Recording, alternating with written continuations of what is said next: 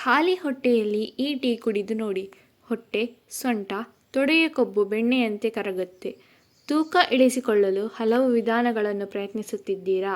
ಹಾಗಿದ್ದರೆ ನಿಮ್ಮ ಅಡುಗೆ ಮನೆಯಲ್ಲಿ ಸಿಗುವ ಜೀರಿಗೆ, ಧನಿಯಾ ಮತ್ತು ಸೋಂಪಿನಿಂದ ತಯಾರಿಸುವ ಸರಳ ಚಹಾ ನಿಮಗೆ ಸಹಾಯ ಮಾಡಬಹುದು.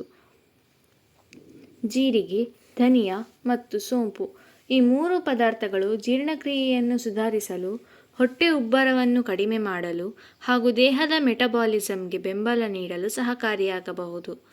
ಜೀರಿಗೆ ಜೀರ್ಣಕಾರಿ ಎನ್ಸೈಮ್ಗಳ ಕಾರ್ಯವನ್ನು ಉತ್ತೇಜಿಸಬಹುದು. ಧನಿಯಾ ಆಹಾರ ಜೀರ್ಣವಾಗಲು ನೆರವಾಗುತ್ತದೆ.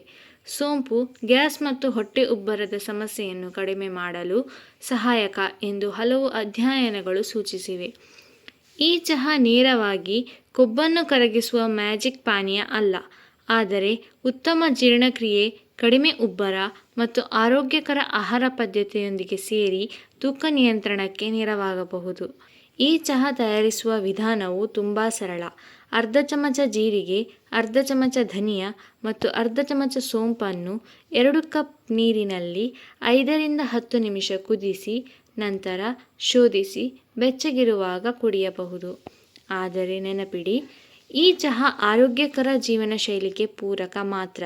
ನಿಯಮಿತ ವ್ಯಾಯಾಮ, ಸಮತೋಲನ ಆಹಾರ ಮತ್ತು ಉತ್ತಮ ನಿದ್ರೆಯ ಜೊತೆಗೆ ಇದನ್ನು ಸೇವಿಸಿದರೆ ಉತ್ತಮ ಫಲಿತಾಂಶ ಕಾಣಬಹುದು. ಕೆಲವು ಆರೋಗ್ಯ ಸಮಸ್ಯೆಗಳು ಅಥವಾ ಔಷಧಿಗಳನ್ನು ತೆಗೆದುಕೊಳ್ಳುತ್ತಿದ್ದರೆ ವೈದ್ಯರ ಸಲಹೆ ಪಡೆಯುವುದು ಉತ್ತಮ.